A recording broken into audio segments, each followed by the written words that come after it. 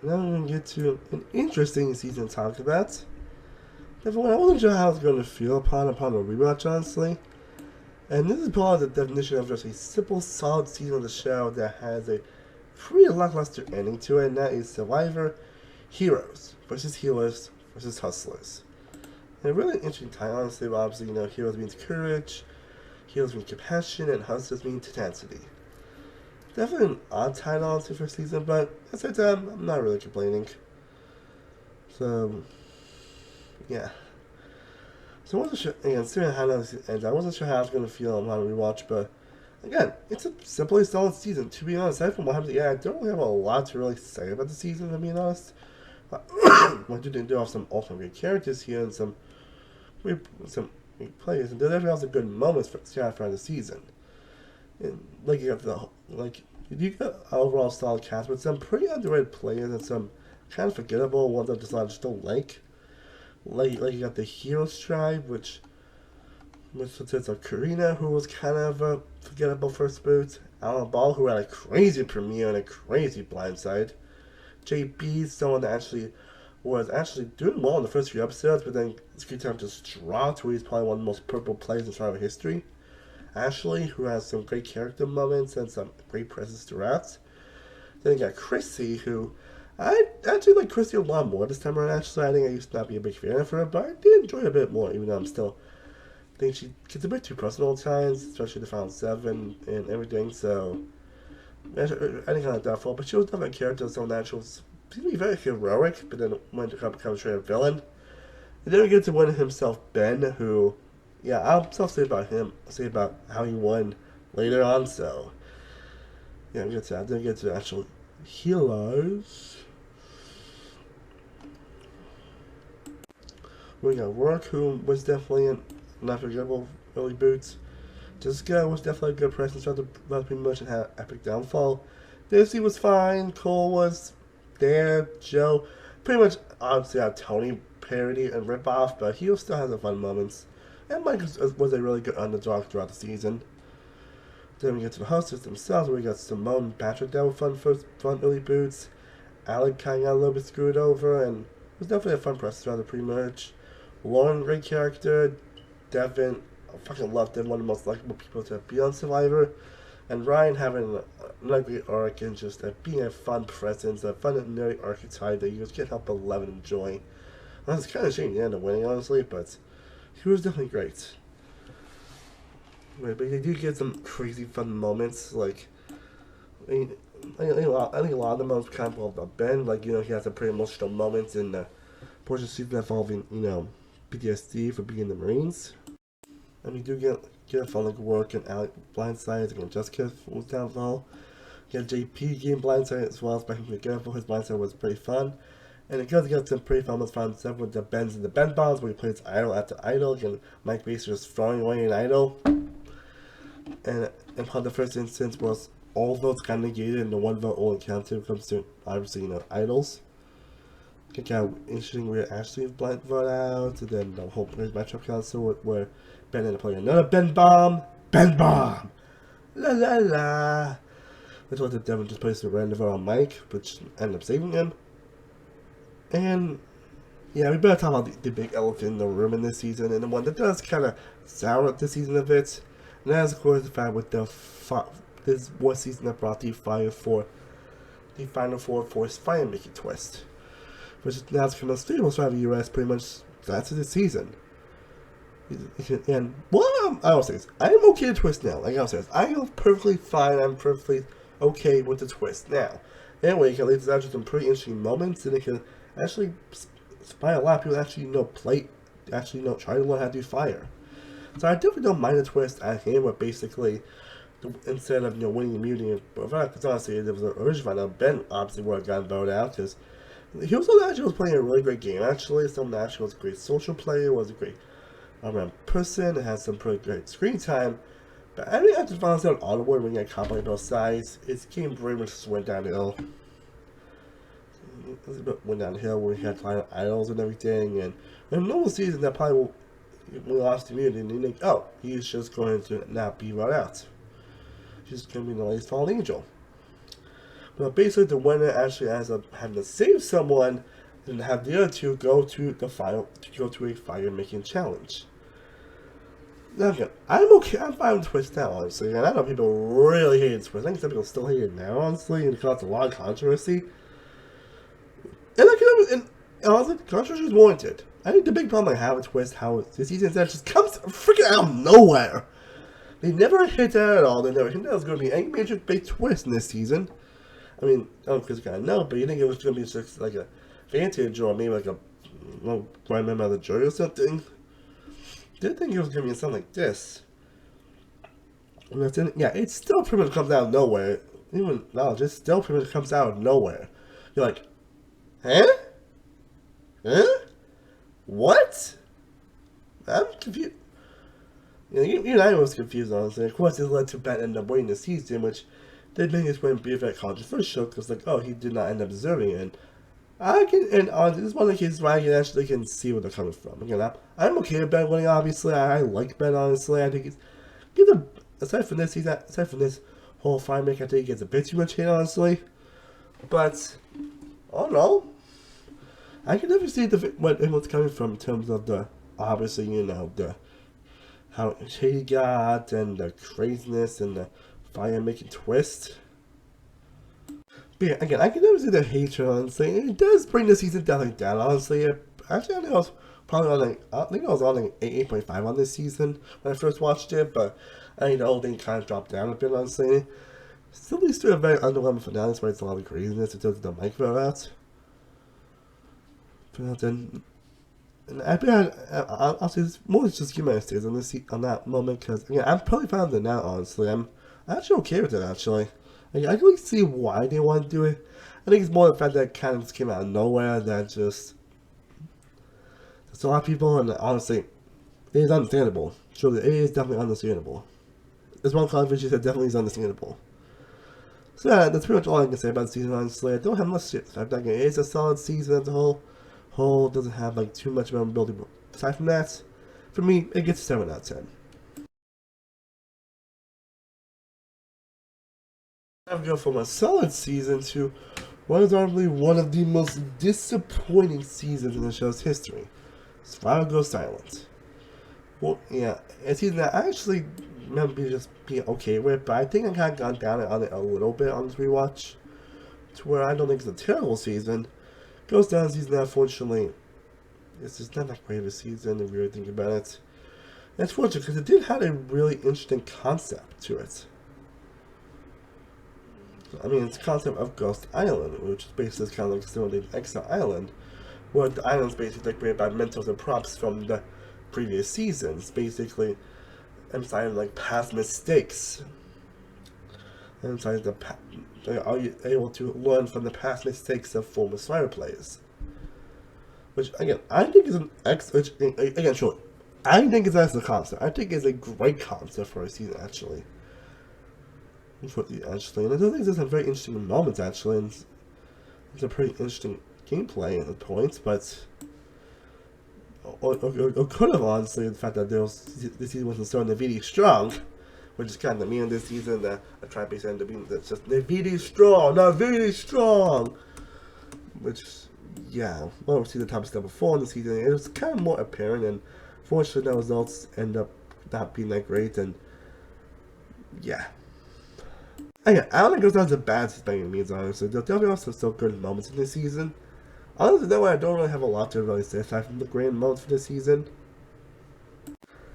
Like the whole Jacob Dorn burnout, which is basically one of the biggest blowouts in any person in any premiere, which is fantastic television to watch. The William Blindside's great in general. Again, the whole rivalry between Chris and Noble, again. It's also a year I don't have much to say about the actual cast in general, because it's definitely one of the most underrated casts in the show's history. Honestly, like I said, Gonzalez, who is a pretty okay first book, and Jacob Dylan was an excellent flameout. Probably the biggest, pretty much flameout in the show's history. Morgan had a fun run and a fun blind side. Brandon and Stephanie were seemingly like good players, but they were ended up getting swap screwed. James was fine. Bradley was actually solid. Chris Noble was a fun antagonist with Dominic, and he definitely had some great moments. course, you got the iconic like rap moment in the Ponderosa video, which is probably probably the best Ponderosa video ever, honestly. You know, Libby was there, Desiree was there, Jenna was there, Mike Uga was okay. Chelsea, again, one of the most underrated players in the show's history. Helen was okay, Sebastian was there, Angela was there. Donovan was pretty good, honestly. And Lo was good, honestly, but of course, it's not one of those seasons that's dominated by two certain players, and that's able to have so much focus on them that everyone else just kind of falls to the wayside with Dominic and Wendell, who basically is like hardly any adversity for the season. While most of the closing the vote out, they pretty much just go reach the final two together, which of course does lead to the epic Final Tribal Council, which is probably what season one remembered for, honestly, being the first instance where actually was a tie in Final Tribal. Like, I remember the shock reaction I actually had, like, a tie vote? Like, wow. It's about time. But Dominic got 5 votes, and Wendell got 5 votes. And then Lo basically was deciding votes, and she had to vote for Wendell because Wendell did more connection. Well, this probably now I think they should have been Dominic, who was probably the more better game player. In the end, I'm okay with that. In the end, I'm actually okay with Wendell winning on, so I'm fine with that. I am perfectly okay with it. But Wendell and Dominic are still great players, they're still great characters, they still have many great moments, one of the best duos in the show's history. So I definitely have no complaints with them, honestly. It's just, and it's kind of like most of a situation where they take up so much screen time that they end up kind of getting a lot of their episodes of screen time. Some we don't really get to know much or think about much, honestly, like Angela or Sebastian or Chelsea. Like, who are these people? Like, this episode actually had a great premiere episode, a pretty solid merge episode, where you get two great confessionals with Dom saying, Chris Noble! It's been 30 days. See you on the last night, bro. And then when I'm basically trying to do a little bit of rap in this verse, which is kind of hilarious. That's just enough for yourself. And the premiere is also okay, honestly. I would say it's only the type vote, honestly, that makes it memorable. I'm not really huge on everything else in the finale, honestly. And that's pretty much all I can see what goes down, honestly. It's a very underwhelming season that had a good concept, Ghost Island, but has one of the most underrated cast in show's history. It has a great final 2, an epic vote at the Final Tribal Council with the tie votes, a great premiere, and a great merge episode. But everything else is just kind of there, honestly, just kind of blah. And that's the way it's great. It's just a blah season. So, I'm going to give Ghost Island a 4.5 out of 10.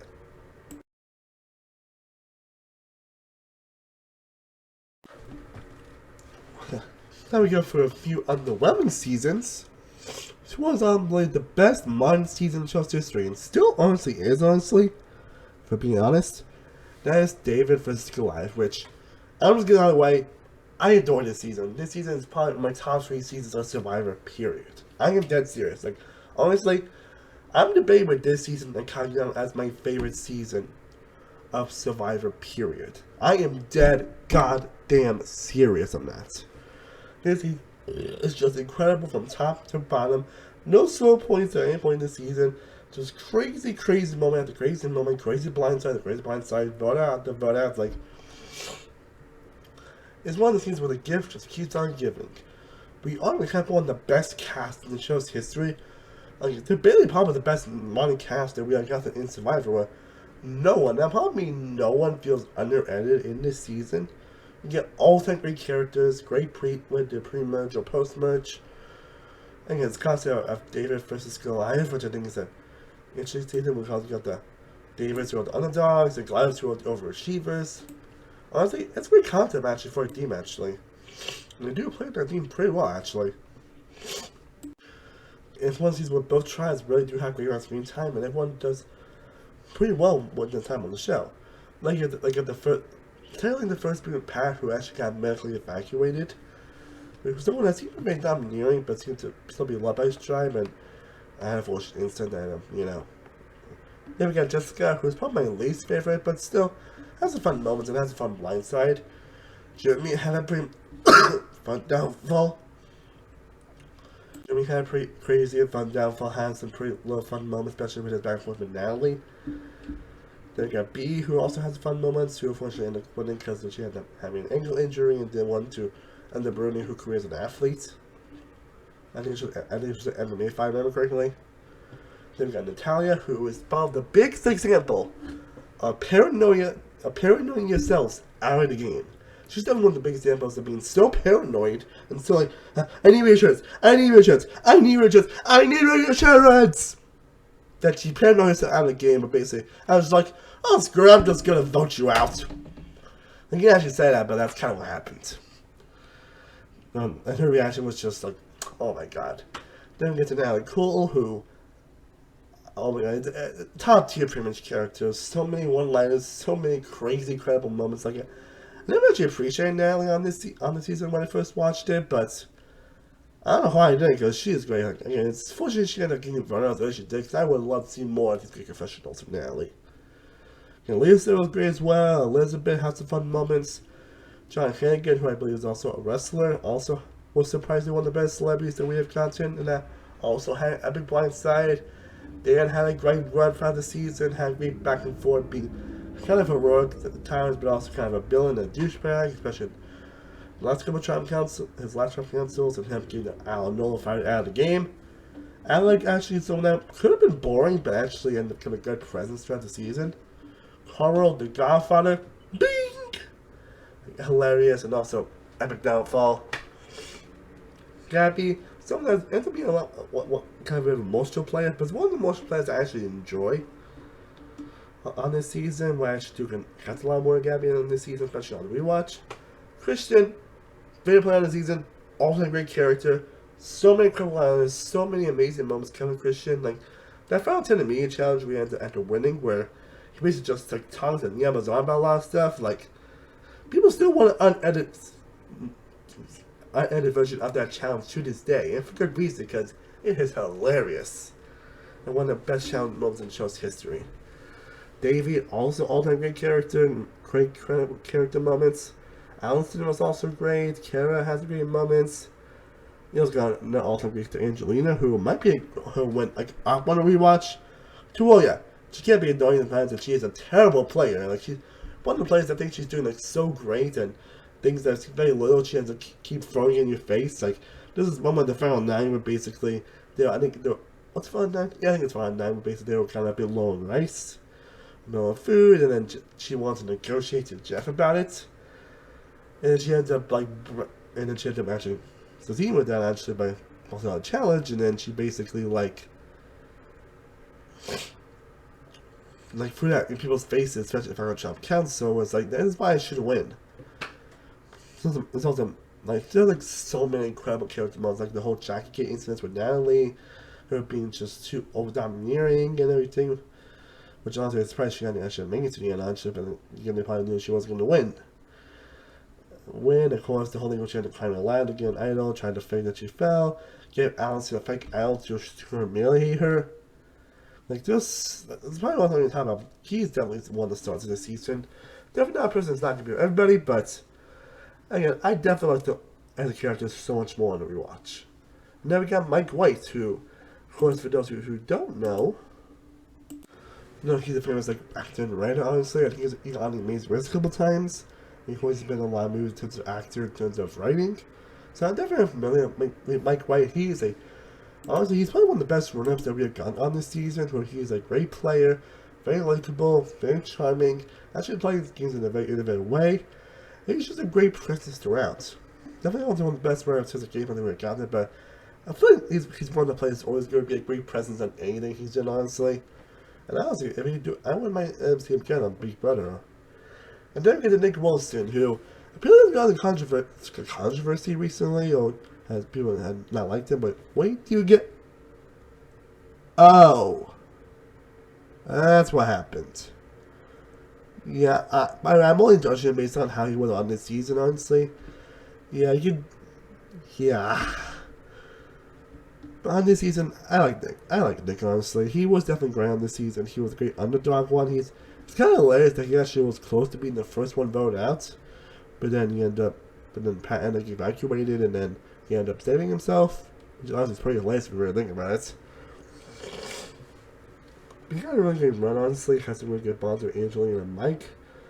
He was running plays throughout the season. And he was just a great presence again. Not obviously condoning what he has done that made him a very controversial person nowadays. Like, I don't really want to. Then honestly, I rarely look at that stuff, honestly. But more judging based on this season, and he was a great presence. And I would win, honestly. I mean, I would put Mike, honestly, but I think for this type of season, it made sense. It definitely made sense. But yeah, this season is filled with so many iconic moments after iconic moments. Like, some of the most craziest moments in the show's history come from this season. Like, like, Cody got, like, Natalie Colby her two confessionals, like, her confessional, she was like, I know that brother sister love, show me love this, that Natalie name production. And by the way, this kid is gorgeous, Don. She'll say it's a negative that's ended with compliments. Like, I wish you got to see more of that this season. They got, like, again, Natalia, pretty much parent, who was still out of the game, where basically she's on track with Kara, Elizabeth, Davey, and Alec. Again, basically a great client majority. So we think that would actually be easy. But then about to see that Kara and Elizabeth bond, she gets super worried about that, and then gets super reassuring and super domineering, and then Abby is just so annoyed, she just butts her out. But again, it's pretty hilarious. They got the whole jacket incident. Basically, Angelina wants to vote Natalie, but also wants her jacket. So she pretends not to vote Lisa, thinking that, hey, I forgive it. Natalie, can I have your jacket? Natalie? Natalie? Can I have your jacket? Natalie? That moment is just so goddamn hilarious. Oh my god, that moment is just top tier Survivor. And the Priv never should have a great character moment. Then you got Angelina basically kind of just blowing her game at the whole Elizabeth Shop Council. And you got arguably two of the biggest blind sides in the show's history. John Hank wanted more so to be the most shocking, because I remember being like, John of all people? Because it never showed to be a target. So basically they had David played out of Christian and getting 7 votes. Dan played out of Angelina and getting 2 votes. So he think it's probably going to be like a no vote Shop Council or something. Then John's like, I was like, what? Like, I'm in my job being on the floor on this blind side. That really happens in blind sides, but when that happens, you know they do a great job in terms of editing. It's like, holy shit, that moment is fucking insane. And it's also a season that actually introduced the I don't know file, which I think has always been introduced a couple other times. Thank God on that. So while it's definitely not the greatest twist in the world, it does make for great TV. But basically, Carl found it and then used it on Dan to the games idol. But again, it was hilarious to watch. Hilarious. Again, you got the whole, like I said, the final 10 challenge, but basically it was between Alec and Christian. And then basically Christian was going on and on and on and on and on and on. For like almost 4 or 5 hours, no joke. And then he ended up winning. Then he got called basically thinking he played so great in the competition. It's like, I'm the Godfather. I'm going to do whatever I want. We're going to vote Allison, but tell me to vote Angela because I know she's not like Allison. I know she'll make a fit about it. I always said, but that's basically what happens. Which led to some very great moments, like epic call blindside. You got Gabby actually wanting to vote out Christian. Of course, it's ally, but by relation with those people, one of the best in the modern era. Which goes led to her vote out when Christian play his idol. And then you got Nick basically playing his hand and everything in the Christian episode, and then basically Angelina voting at Davey. You get still a lot of crazy back and forth in this season. And you got Angelina basically thinking that what she did with humiliating Allison and humiliating Allison is like good gameplay, which is just fucking hilarious. But yeah, again, David Slav, fantastic season, incredible season, great characters, easily the best season of the modern era, and still is. I don't think any modern season is ever going to top this season in terms of the great moments and the great characters. Yeah, it's an easy 11 out of 10 in my top 3.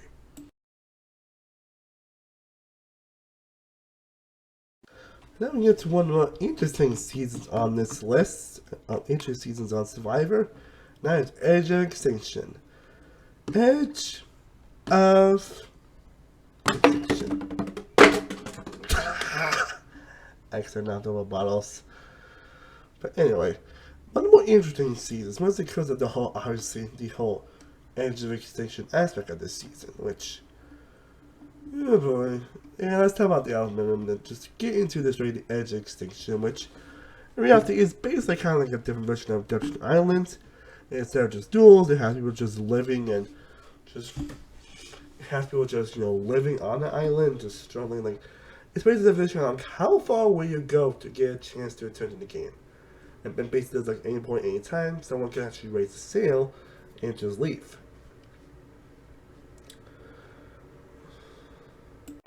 And again, still in Desert Island, I think Edge Station is definitely a good concept. I would say as a whole, it's fine. It's perfectly fine, honestly. And definitely what I'm doing is basically people who get voted out based on option to also go to the actual Edge of Extinction. But basically, it's an abandoned beach with a few enemies in the main island and everything. And it just shows like how far we're basically it'll go to return to the game. And there's definitely a lot of things to explore in the challenge, which lets some people apparently have to give advantages and stuff to other players, which is definitely weird, unfortunately, but yeah, it is what it is. Or is it? I think it's more how it's shown, how it's structured. It could have been so much better, honestly. It definitely is definitely much better in Wars of War, honestly. I think the problem is the fact that obviously the free jury is still able to remain and have a chance, which, yeah, I won't get into that. But we'll get into that. But it does give a lot, like early boots, like a lot more screen time, obviously, so that's the only really thing you can say that. And you get pretty much a cast. We actually do have 4 returning players this time around. They brought back Aubrey from Calron Game Changers, Joe from Worlds Apart in Cambodia, Kelly Wentworth from Sail Desktop Cambodia, and David Wright from Life is Gen X. Probably the only person that actually was playing a second time, while the others is their third time. And it's probably the only returning player season where actually non-returning players basically end up making it to the end, which is definitely a first actually I was surprised by. But it just proves these are very savvy gameplayers, and you do get a lot of crazy gameplay throughout this season. For sure. And the 3 players are definitely a great addition. Again, this is probably the most. Again, Aubrey and Joe, though, they were just kind of there, honestly. They didn't really end up doing much. Like, Joe especially was just kind of there. He didn't really have much screen time throughout the season. And this probably didn't improve anything no matter what season Joe's on. I think the first instant he's vulnerable, he's going to get voted out, and this season kind of proves that. Yeah, David was definitely great. The Kelly one was also fantastic and has a free blind side throughout season. And be like, no! When he's because I like Kelly Wentworth. But you do get also a pretty interesting cast. They got the first boot in Reem, who is a fantastic character throughout, great presence throughout. Keith was a fun second boot. Wendy was a crazy cool character that I love. I've seen a lot of type of characters on the show, honestly. Eric was there. Julia's probably one of the most purple people on the show, honestly. War Dog was honestly fine, honestly. No matter I wouldn't like his type of players, but he just kind of knows a bit a few times, but he definitely was a fun presence. Ron was pretty good as well. I actually liked Block a lot more on Rewatch. Aurora I liked a lot less, was because I think she's a lot less relevant than I remember her being actually. Then we get to Victoria. I think is a fantastic player that ended up getting screwed over by the Edge. As one of the players that ended up getting screwed over by the Edge, which I'll get into. But she was a great game playing and presence throughout. Same with Lauren. I also love Lauren as well. She's definitely one of my favorite female players. And then we get to Rick Devens, who, again, Rick Devens is probably one of the more divisive players in recent memory, mostly because of the huge amount of screen time he has gotten after the returning players leave, honestly. He's also the first person to actually return from the Edge Extinction to get voted out, and was probably the big final boss of this season. And actually would have won if me too. Like it could have been the Ben situation and everything. No, it wasn't for the Edge. He probably would have, honestly. But I like Rick, honestly. He's a great character. He makes those very hilarious moments. I can definitely understand why people would get sick of him at a certain point, but I don't know. No quite. Julie was also kind of there, honestly. I didn't really get much for her, honestly. I don't know why, honestly, but I never did. Gavin was a lot more underrated than I actually remember him being, and he was actually close to being a winner It was actually pretty surprising, actually. Actually, I didn't hear the being, but I still like Gavin. Then we get to the winner himself, Chris Underwood, who was voted out third, came back day 35, and somehow won. Talk about a clusterfuck. Like, talk about a definition of a clusterfuck. Like, yeah, that's kind of what makes the season so interesting, honestly. It's the fact, obviously, that third boot ended up making it to the end. They end up returning, and they end up winning. And honestly, we watched my pick Chris Underwood as a character. It didn't really change. I he's kind of just a boring character. Hell, I thought he stood out a lot more in the recent Challenge USA season. But here he's just kind of bland and boring. I don't think he's really even shown much on the actual edge, honestly, except for my little fight he had with Reem in the pre-merge. Except for that, he really isn't relevant a lot in this season, actually. But, you know, he won a one from the actual winner. Because this game really kicks off when he actually makes a return. And overall, I'm very conflicted on how his presence. Of course, a lot of people say he is very impressive with his gameplay and game moves. Of course, it's the problem that I felt he was just kind of gifted a lot. I know he was gifted a lot. So there's one time where he was actually kind of gifted an idol, he basically was given an idol and he got like a half iron with brick, honestly. So that didn't help, but he did pull some impressive moves, like actually getting Lauren to play an idol she found in episode 2 on Chris, which is, I mean, it's pretty impressive. And then, of course, there's the move that everyone talks about is, of course, the move obviously. The move that's probably going to be the move that's probably going to be the precedent for the fight for men making still for years to come, where he tries to actually give up immunity to face off against Rick Devens, the final boss. And he does. He succeeds at that, and he somehow by a 9-4-0 vote, he ends up winning. I remember my mouth just like, what? But I was like, it does make the season, the finale, a lot more unique and interesting. I will definitely give it that. But yeah, it's always the way people were just so, yeah. Like I will say, my opinion on the season actually did went up on a rewatch. Actually, I actually enjoyed the season actually a little bit more on a rewatch. To why I still have an issue with how the edge was executed and the fact that third boot winning kind of like sucks the intensity out of a lot of the later episodes. Honestly, after his boot episode. So you still get some fun moments. Like you got like Kelly one more game blindsided. That's a fun moment. The whole crazy George Trap Council, which was the big precedent for the whole live Trap Council, which actually started with the whole, which I don't mention actually did start with JT in season 34, but it became a lot more prevalent in the later seasons, and especially became prevalent in Waves of War, which we'll get into. And Omni Blossom was fun, the whole Wedding Trap Council was fun, again, Whitney's all great character, the back and forth between a lot of characters, and the finale is still a great finale. Probably one that, like, actually the finale is actually pretty great with many crazy moments and many great back and forths that I really enjoyed. So, overall, I actually do like interesting section, honestly. I can never understand why people wouldn't like it, why it's not everyone's cup of tea. It's a kind of a clusterfuck season, but kind of a good one. I don't think it's kind of a good bow in a way, but it's just, what more so just because of the edge and with the third boot winning the season. So yeah, I actually do like the season because it does have at least have a solid cast and a memorable cast.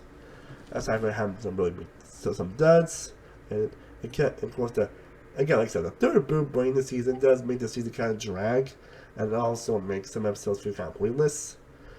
But as a whole, I still like the season. I'm going to give it an 8 out of 10.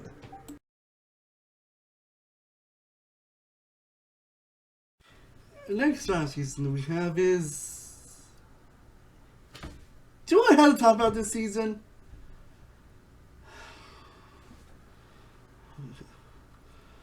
Survivor Island The Idols. My god, this season. My freaking god, this season. My god, this season. Sorry, but, I mean, if you know what happened now, you probably would know why, like, really? Like, if you ask me which final season on this rewatch why I think my opinion has dropped drastically on a rewatch, I would... Well, if it were a couple seasons, my opinion had dropped a little bit. If I would one, my opinion was like, okay, and I was like, nothing else movie this season because this season's it's not good. Like, I would say it sucks, but I mean, there are still some positives I can say about this season. Like, there are still some good elements throughout this season. But this is a prime example of a thing where one single moment can otherwise ruin what you're trying to do. Like, you can have like a great and amazing sandwich. You can have a like, oh, it smells good. It smells muy caliente. But yeah, one ingredient ends up ruining the entire thing, and just everything else was just now just like, ah.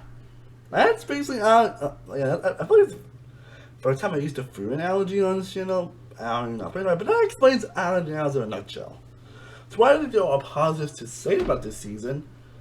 It's one where I think my opinion has dropped drastically. But I think before we get to that single moment, that I'm not sure if I want to talk about, but it is important because it does end up affecting later seasons. But basically, first off, there's the concept itself, Island of the Idols, which I think is a fantastic concept when they bring back the five legends Sandra Diaz-Twine and Boss Rum Mario. This is the first time I saw Boss Rob since Dutch Island, and it was definitely interesting seeing a more older version of Boss Rob.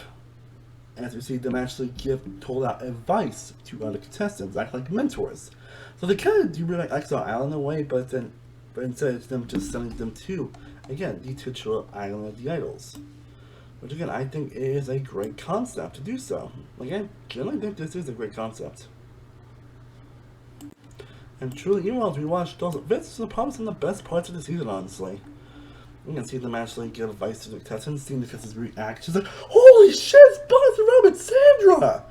Like, I don't know, I didn't actually just put I don't know, I see their reaction like that, just put a big grin on my face.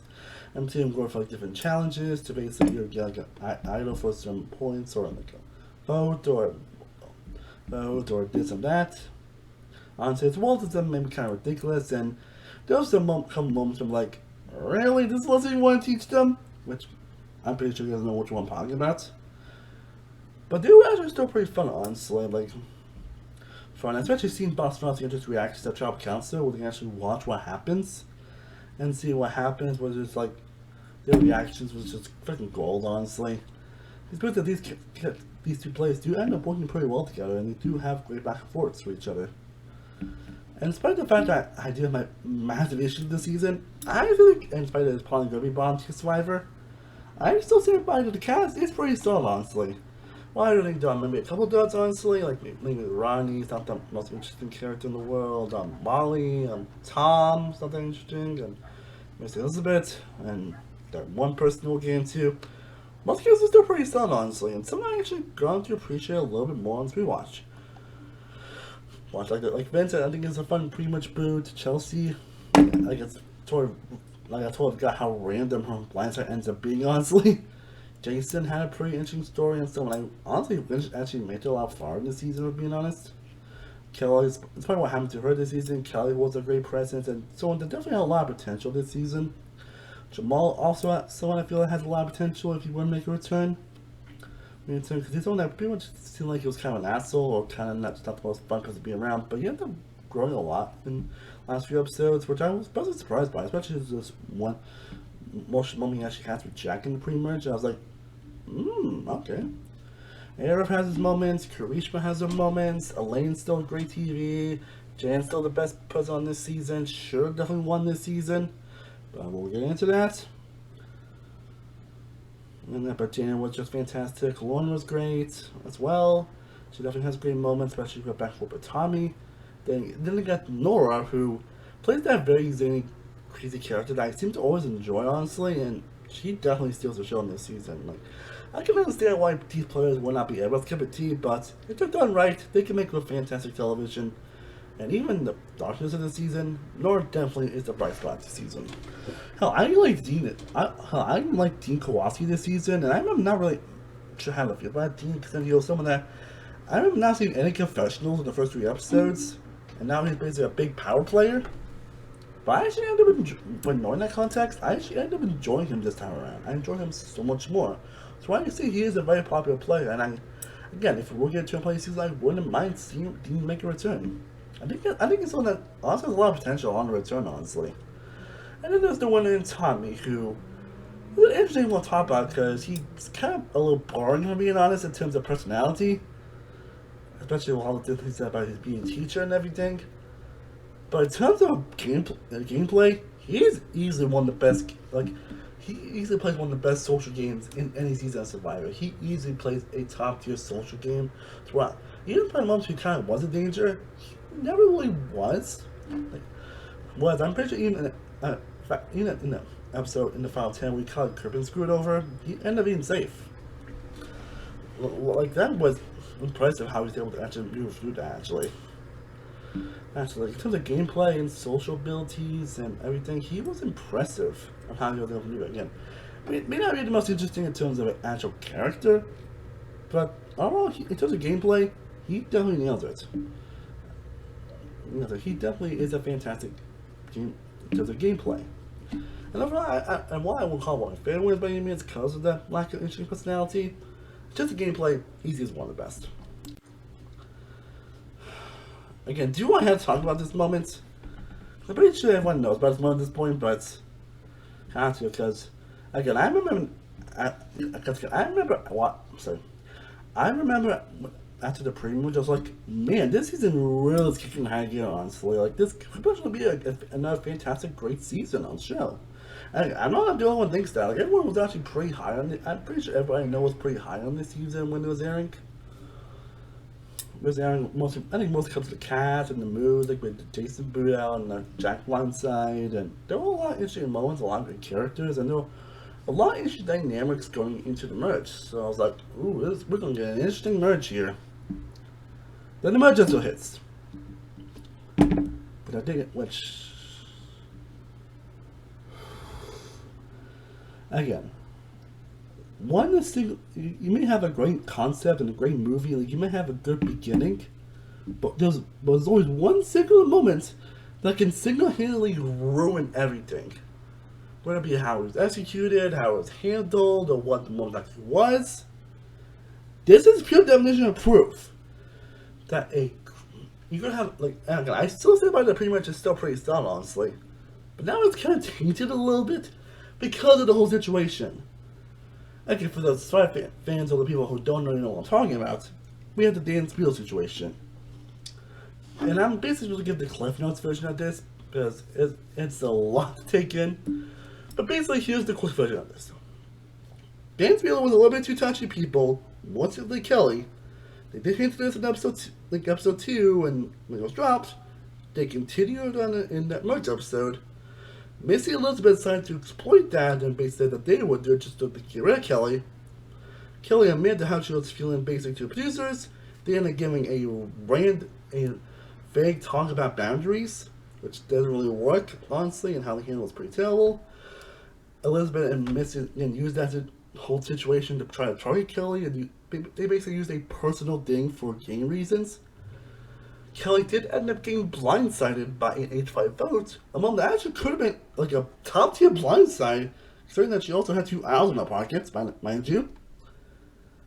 But because of the whole situation and how it was handled, how producers decided to go about it, it just feels kind of just like, I'm not sure how to feel, but kind of just icky.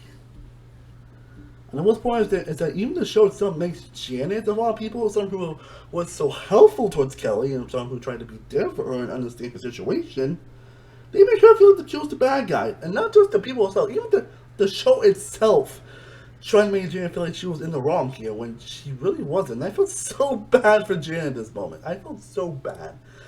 And this might just also mention this merge episode is a 2-hour episode. Unfortunately, the second hour doesn't help either. But Jamal ends up finding an advantage, gets his Alley Idols, and because he was finding an advantage, I think that there was no free lunches in Survivor, he ended up losing his vote by playing the game. And they basically brought a fake legacy advantage to Dean. And Jamal's trying to keep the Dean, which is like, wow, just holy crap. And unceremoniously, Jamal ends up getting voted out. And somehow Dan Spiel was still in the goddamn game, despite the whole situation, until he decided to randomly eject him before the goddamn finale. How Spark handles is pretty terrible, and they definitely were not good handling the past again, like I mentioned some things we talked about, but wow. Like, I remember being just in awe, in shock, and just, why Survivor? Why? Like, I wasn't like that, but that's basically the gist of it, honestly, because Jesus. Jesus. And again, unfortunately, that really taints the season. It even taints a little bit of the pre-match, because they do have a couple of those moments of the pre-match, so it doesn't even make the pre-match exciting, and anything else after that was just not interesting, because again, you get just a boring Aaron Booth, you got Missy Elizabeth Duke in the comeuppance, but not the most fun interesting way. Even the Alice business wasn't that interesting either. Yeah, like, you get Nora being crazy and somehow still staying, honestly. But again, with Dan still in the game, it makes stuff pretty uncomfortable. And I will say, the finale does save season a little bit. It does save it a tad bit, because you do get some interesting moments, even though it does lead to a Janet getting voted out by our nullifier, which is pretty unfortunate. And a fun fire making challenge, and a fun final tribal. Well, Tommy, who by the way was the only person actually on the final fight to not visit the LA Idols, and then when you see his fight them, really hype about the fact that a woman was going to win the season. It was just, oh my god.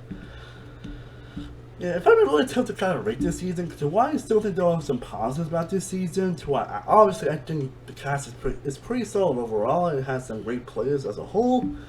The aspect is great. The pre-match is still solid. There are some great players and some good blindsides. The whole thing really just ends up tainting everything about this season. Again, one single moment can really make you feel just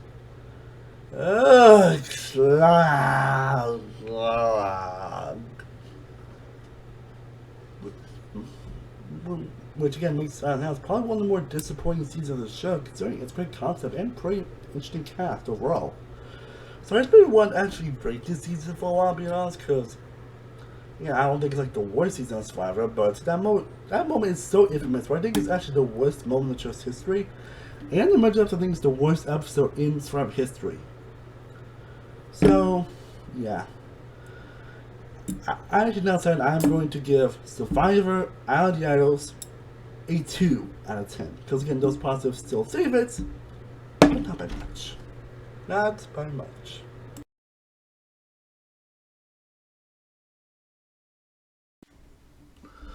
Alright, and now we get to the one I was definitely nervous the most to actually rewatch, since obviously it's my first time watching all these seasons. That's kind of what this series has been. Hope you guys have been enjoying this series. And now we get to the big one. Well, probably another more divisive season, but definitely one I was definitely excited, nervous to rewatch, and that is What Is a War? And I remember like similar to Cambodia, this was one of the most time I felt watching any season. This was the most hype I felt watching any season of Survivor, and pretty much a lot of people did, honestly, because, well, it's a season filled with former winners. A cast with former winners. People who have won the game previously. Hell, we actually some players that we know have not in a million goddamn years we will ever see play again. Like, hell, we actually even lost around Amber being again, like,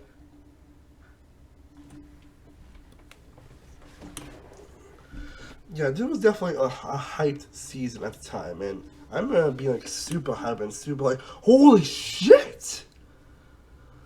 When the season was airing, and for good reason. I mean, come on, the season for all winners, something that I don't think any of us ever expected to see. I'm sure this was something that none of us were ever going to expect, and well, here we are. An all-winner season. Bringing back some amazing players. Well, not all the winners are different players, like, really? I mean, too fair because of limited field, I'm not complaining about that. Like, sure, would I like to see, like, Richard Hatch back? Yes. Would I like to see Tia back? Yes. Would I like to see Vestavia back? Yes. Would I like to see, like, Earl and Todd or Chris come back? Absolutely. But, I'm okay with this cast. I mean, first off, again, got Ethan Zahn from the Winner Star Advocate, making a return 15 years later. Again, it's one of the farthest that anyone has been competed, where it's been like 15 years since he and Amber competing in. So that was, yeah. I was saying then we got Danny Boatwright from Guatemala. The first time we've seen any Guatemala representation in any season. That's insane. I mean, I figured Yo Kwan from Cook Islands. Again, someone we never thought we would see on Survivor again. That's pretty exciting. You got Party Shallow. Yeah. Shallow got, of course, got the two-time winner Sandra. Of course, again, have a winner season round two-time winner Sandra. I mean, of course, obviously. Of course, we got Boston Raw against someone we thought was just done with Survivor, but here we are. Then you got Sophie Clarkson Pacific, who I remember not running too highly when the season was airing, and she was probably the one I at least I heard most, but thank God she proved me wrong. Kit Sprouling, the most dominant winner for One World, Denise from Philippines, Tyson from Blood of Water, of course Tony, Natalie, Jeremy, Michelle, Adam, Sarah Lucina, Ben, Wendell, and Nick. Like, a stacked field of winners. A stacked field of players that have won the season for good reasons. There was having so much time coming to the season. Okay, of course, the only thing is that they were bringing back the Edge of Extinction, but that's probably was the only reason why some of these was even agreed to return, because obviously they didn't want to just be voted out and just head straight back. So, there's that. So that's I definitely don't mind the better switch. And of course, there was the introduction of fire tokens, which is definitely an interesting concept this season, which basically is a sort of currency, but depending how much money that you have or you can trade with, you can basically buy advantages or get an idol or get this and that. Like, they actually do explain pretty well actually on the show actually, but to me I was like kind of glad they never actually continue this twist on there. So I do bet you if obviously COVID didn't happen, I'm pretty sure they probably would have actually continued on with this twist. Yeah, I'm pretty sure. I'm pretty sure the new era actually would have continued to fire tokens if obviously the pandemic didn't happen. So I think Mike White actually convinced Jeff not to drop it, if I remember correctly. But anyway, so what are my thoughts on Winners of War after a rewatch? What are my thoughts on the season after a full-on rewatch? I still love it. So why also? It's definitely faulty. I think it's more because of the fact that on the runtime, I think this is when people want actually 90 minutes on Survivor, honestly, considering all the cut content we have got to, and considering all the cut content that I've heard from the Survivor winners and everything, like, yeah, I wish you guys could now, honestly, and we've been so much. Oh no, I'm happy with what we got here. Again, it's definitely not a perfect season. I think the endings can be a better little place at times, especially when involving Edge of Extinction, but overall, Winners of War is still one of my favorite seasons, honestly, and I can never see why some people were disappointed by the season in certain aspects, and maybe some winners not playing as great as they probably should be, but as a whole, I'm not complaining, honestly. So, Winners of War is a fantastic season. It's a big celebration of 40 seasons of Survivor. It's one of those seasons where I think the highs are so high, they really outweigh the negatives. Because again, I will admit, the season's not perfect. Again, is it annoying that all the old school players give out early? Yes, I will admit that. Can the ending be a bit all over the place in times and not expecting certain votes, mostly of the Tyson boots? Yes. To which some winners get on more screen time, like Nick and Denise? Yes.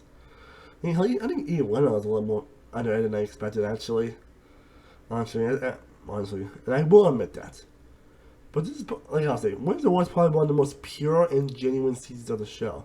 Because this is a season that really just emphasizes everything that makes Survivor so interesting in 20 years. Not much is probably the most funniest season in the show's history, where you get like fun little moments, fun little character moments for the season. Like you get this little fun fashion show sequence, and you get this moment with Tony and Jordan basically argue how many days there are on a calendar. Yes, I'm not joking. That actually was yes, I'm not joking. That actually was going to happen. Yeah, it's so goddamn hilarious. And so many hilarious moments throughout the season that just had me laughing my ass off. Like, this is really, honestly, the funniest season of the show.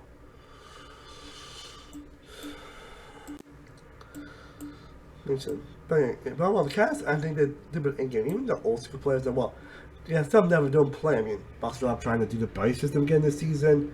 Yeah, not as more as smooth. But overall, the fact that we got to see so many players competing against each other and everything, it's pretty insane. like pretty goddamn insane. Well, maybe certain ones probably have more better chance than others. Overall, I'm happy with a lot of these winners and a lot of these players.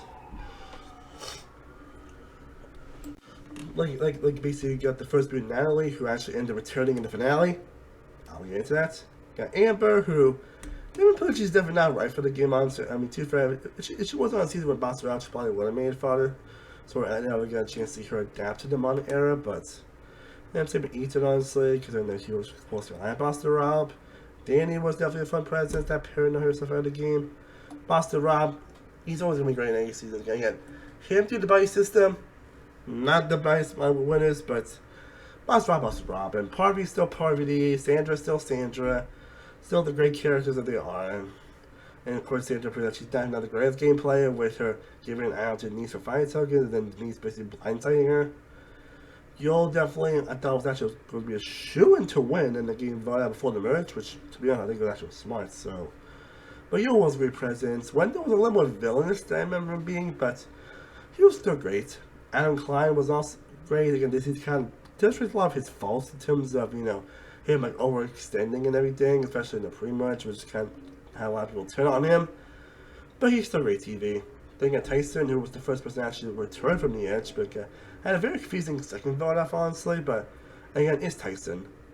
And then we get to Sophie Clark, who honestly, I remember at the time, I still hated Sophie. I was still hoping, though, that she actually would win me over Rewatch and win me over when I first watched it. And even when I was watching, she did win me over. Sophie did win me over, actually. I was actually impressed, actually, at how much she did actually win me over. Again, playing a lot more of her personality, have a very like dorky persona, and her back and forth a lot of players around the season, more so with Ben and Yul and Nick and Tony, Sarah, Ben. She was just a great presence throughout. Again, she was not even sure to win. They had different Tony realized that, which would let her to be voted out. She did have been involved in the blind side of the season. And then we get to Kim, who obviously is someone that's mostly playing for the bottom this season, which is definitely an impressive thing considering, that's kind of what Kim all he did in One World, with no adversity. He introduced a lot of adversity, and honestly, it made him a lot more fun character and a lot more agreeable person to watch for the season. And same with Jeremy, he wasn't much dominant this season, he was a great presence always.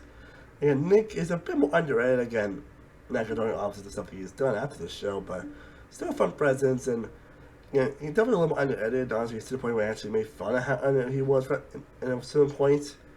But he was still fun here. Same with Denise, honestly. I just like Denise. And again, Ben. I know Ben gets too much hate on this show. It was some areas I can understand with the whole fight-making twist. And of course, him actually quitting in the finale. I think his career was complete.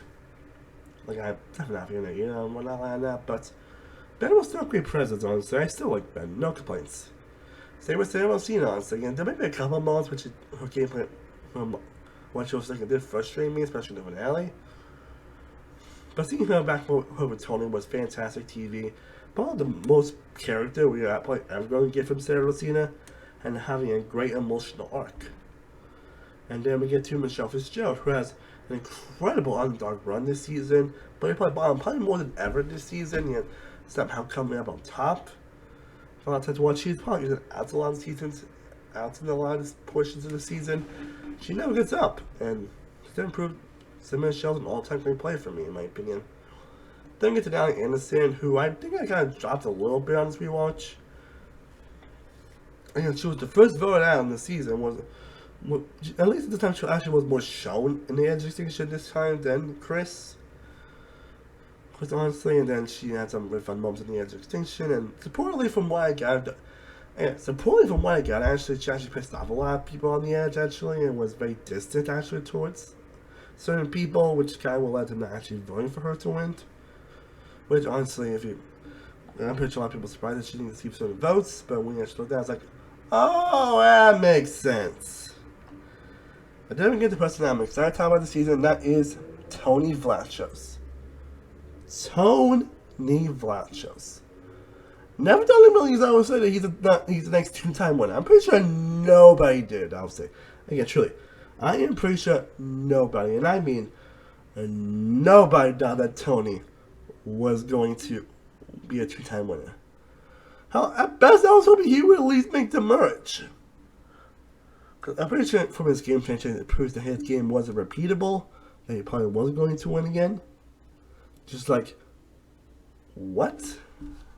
Also, I'm not complaining. Also, I said my Kageyama portion that Tony is probably one of the biggest characters in the show. He's probably the best character to come out of Survivor. I mean, it's basically how he won that season because he ended up being the second big game changer, which proves that, yeah, his game definitely isn't repeatable. He was probably going to be a one-trick pony. And Tony realized that. He did realize that. So he actually tried to be sociable. He still get the crazy Tonyisms throughout the season. And even everyone realized that we still get the crazy Tonyisms and the spy nest this time around. But he actually plays an impressive soldier game where he's actually able to bomb in a lot of people. I want him to make some of the moves that's on the ships that he had. Again, he had the Compass or Arts lines with Sarah. It's like they're decent together actually, and they tend to interact game changers. Well, he formed one with Ben, Denise, Jeremy, Cam, Sophie, Tyson, like pretty much everyone on the jury, which pretty much most everybody, which led to him obviously, making the moves that he did. How it's kind of let him in this extortion episode, which is one of the probably the best character focused episode ever. Basically, yeah, also, I'm not saying extinction. I still like it. I think they improved some aspects here, but still have some of the same issues. Like, I'm still not huge on them actually feeling that it's okay to give advantages to players remaining in the game. And the other one thinks that. They end up giving Tony an extortion advantage, which basically for 5 tokens, they basically can have advantage on what basically not allowed to vote or not vote next being challenged correctly. And advantage was actually, and first reaction when you said the advantage is being played against you. Like, that reaction is fucking gold. That's played against you. And the fact he was able to have people give him the fire tokens that he needed. And also he was able to create people to vote out Sophie and actually still stick with him, despite that there was probably dismissed their games like with Nick and Denise. Like, that is impressive, my friend. That is impressive. Of course, Sarah did some of the work, obviously. I mean, she kind of faces a little bit of attrition this season. Where sometimes she does kind of face a little bit of sometimes domestic tournament, but I don't argue that Tony somehow played even more of an impressive game this time around than he did Kageyama. I mean, the fact that he actually didn't see any votes against him this season, which saying Tony is pretty insane. And I bet he also won 4 immunities this season. Considering that Tony wasn't going to get a challenge comparison, might be on the Bronze Tribe. Just wow, impressive. Like, I don't remember being so surprised by a winner. So winning out. I'm also more happy at the same time because I was hoping Tony of all people to end up winning this season. And he ended up winning, which is pretty insane. And how he was able to do it is just incredible TV. How he was able to really pull everything off. And honestly, this season probably spent Tony as probably the best player, best survivor player, and the best survivor in survivor in general to a lot of people, and for good reason. Again, I was just hoping he would make the merge, not actually win. Again, it was pretty impressive that he was able to do that, and also alongside Sarah, which led to the probably what I answered was more okay with the fire making challenge, where basically Tony and Sarah had to face against each other. And I've rolled the fire making challenges. This one's easy the best because it has the most pure emotion. And it was probably also the closest one that we have gotten to when Tony ends up coming out top, and then the emotional between him and Sarah, and I'm getting emotional just thinking about it. I'm getting emotional just thinking about that fire making challenge. And of all the ones we got so far, that one's by and large like the best. It's the best fire making moment in show's history. It's one of the best moments in history. Period. It's one of these where I think, despite the fact that Tony honestly dominated, Natalie and Michelle did pretty well, actually. I mean, Natalie did impress some people and didn't take the move actually to obviously thought out, do the Chris Underwood thing, but Michelle, again, played an incredible underdog game. And like I mentioned before, this season is so hilarious, so charming, but it gives some pretty emotional moments where, like Melanie itself is pretty emotional, and a lot of with that 44-minute challenge, but obviously when Natalie ends up returning, and then one was talking about their legacies in the game, and how much Pastor Rob basically had 180 days if you count on the idols. And then Amber basically talking about how people not that Rob should have won, everything, and people talking about how they felt after the show, and some even kept their guards up. Like, people can't really test people a lot, even after the season. Like, it's pretty how emotional and mental Survivor can really be on your mental health, and it makes honestly, it makes you really admire the show so much more, honestly. Even after, of course, the whole Alias incident, which probably turned a lot of people off on the show, considering how they handled the whole Dance Girl situation, but man, it makes you really. That's why I'm saying this probably is one of the more real seasons of the show, where you really do connect with how these people are feeling, especially if you were on the show. So, and I think every winner has some time to shine, honestly, whether it be like before or after they vote out. It was a good probably the best loved one visit, where they had all the families come in this time, and it's probably also the last time we're probably going to see a loved one visit on Survivor. Well, again, we previously see all the families come in, and they don't have no challenge, and have them come out to kill and join the families. It's like a big celebration, and then they end up doing the same with people on the edge as well. Like, oh my God, they're families! And you get this little fun moment at the very end, and the clubs there basically, obviously before the clubs basically at the credits club, basically just like Jury, thanks for coming, basically at the incident, just like and the boss Phelps like, hey Phelps, thank you, and then everyone just runs up to hug Jeff Phelps, and everyone just runs up to hug him, like thank you for the gift, thank you for basically thank them for giving their loved ones. Like, oh my God, that moment just touched me so much. And we also get some great gameplay and moments, getting at the whole Sophie blindside, which is one of the best blinds of the show's history. You got many back and forth gameplay moments. Again, the whole Sandra that was insane. And the protection votes were pretty interesting as well. Again, the Ethan blindside. And we get a lot of crazy gameplay moments and great back and forth between all the players this season, but also a lot of pure emotion. And really, the emotion is why I think it is one of the best seasons of the show. I will admit, it is kind of, yeah, it is not the greatest times, honestly, especially when it tries to balance, obviously, the edge and in gameplay, especially in that second time for the episode, where basically, yeah, they focus so much on the love portion. They have Tony actually win his first immunity, and then there's not much like scrambling, and Tyson suddenly gets voted out. So, and I think it's also for some reason the safety power advantage, which of course led to actually leave job, which can let someone to actually leave. Like, and this season is definitely someone. Everyone was definitely here to play. Everyone was really on it. And I feel that's all I can say about Women's Warriors. I think I got on too much. I think it's probably the longest one I've done so far. But there's so much to love about this season to where, again, there's not great times. I do wish I could have 90 minutes to able to balance some things out. Hell, I wish they probably would have made like a separate for the edge, honestly. Like maybe do like a separate YouTube channel or on the RCS page, have something where they have like more scenes of the edge on that season. What else we did? You get some just great character moments, great emotional moments. Probably some best secret scenes in the show's history as well, where the characters really bonding. I'm always looking for that type of stuff. And the season just filled with so much emotion, celebrating 20 years, but also having a fantastic cast with great characters and legacy is coming to an end. Like, screw it. Wins the one against 10 out of 10. It's one of my favorite seasons of the show. I think my opinion's actually gone up on the rewatch, actually. So I'm happy I'm still feeling the same gayness as I felt when I first watched it. Obviously, I can understand why people are disappointed with this season, obviously. I can totally get that. I truly don't understand, but for me, Winners of War is fantastic. It has its issues, but it's truly a season that reminds me why I love this show in the first place.